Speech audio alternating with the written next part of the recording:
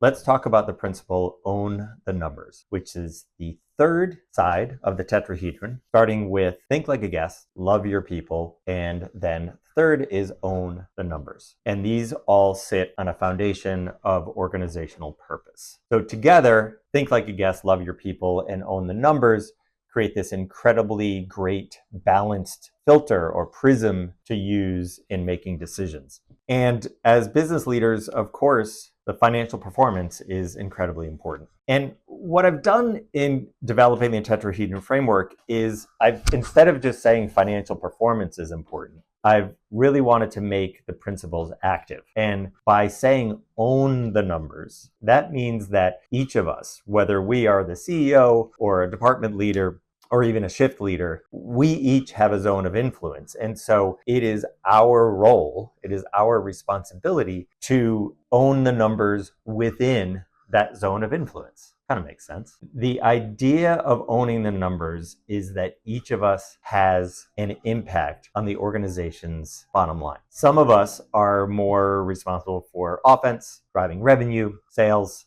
We might actually be a sales leader. We might be in marketing. So that's really important, that we need to understand that the money and time and energy we're investing is improving our revenue. Again, seems pretty basic. Some of us are more responsible for what would be considered defensive things, cost savings and efficiency and ways to manage the bottom line so we don't lose as much of that revenue. Again, sounds pretty simple. Now, the challenge I have found is that many leaders are apprehensive to share financial metrics with their people. Or when they share them, they're so micro-focused on that department or that division that they neglect the overall context of what success looks like for the organization. And I see that as a huge misstep. So with the restaurants and bars I ran and with the clients I work with, I encourage much more financial transparency than most people are accustomed to. Why do I do that? Well, if you believe you want to empower your people and you want them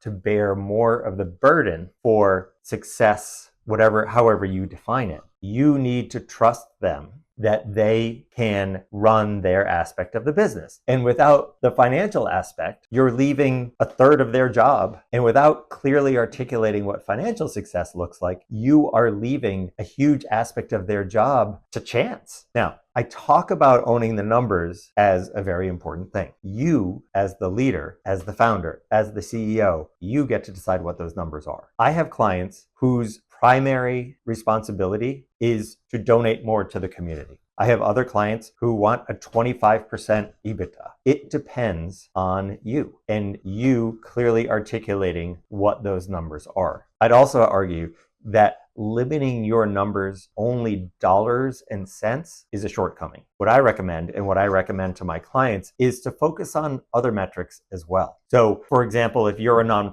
nonprofit, it could be how many members you're adding every year. It could be your volume of transactions. It could be repeat visits. It could be what your turnover is. It could be longevity of your employees. Those are all incredibly important numbers. And going back to my first thing where a lot of times people segment those numbers, if you segment the numbers too much, people don't see the big picture. So for example, let's say you have a department leader whose financial numbers are incredible, but you see that overtime is really high, or turnover is really high, or staff loyalty is very high. Let's say you have a department leader on paper, but when you dig a little deeper, you see that overtime is high. And does that mean that people are getting burned out? Or you might see that staff turnover is high, which might mean that this leader isn't the most hospitable. Or you might see that no people in that department refer other potential employees. So that's an important metric that you might want to think about. And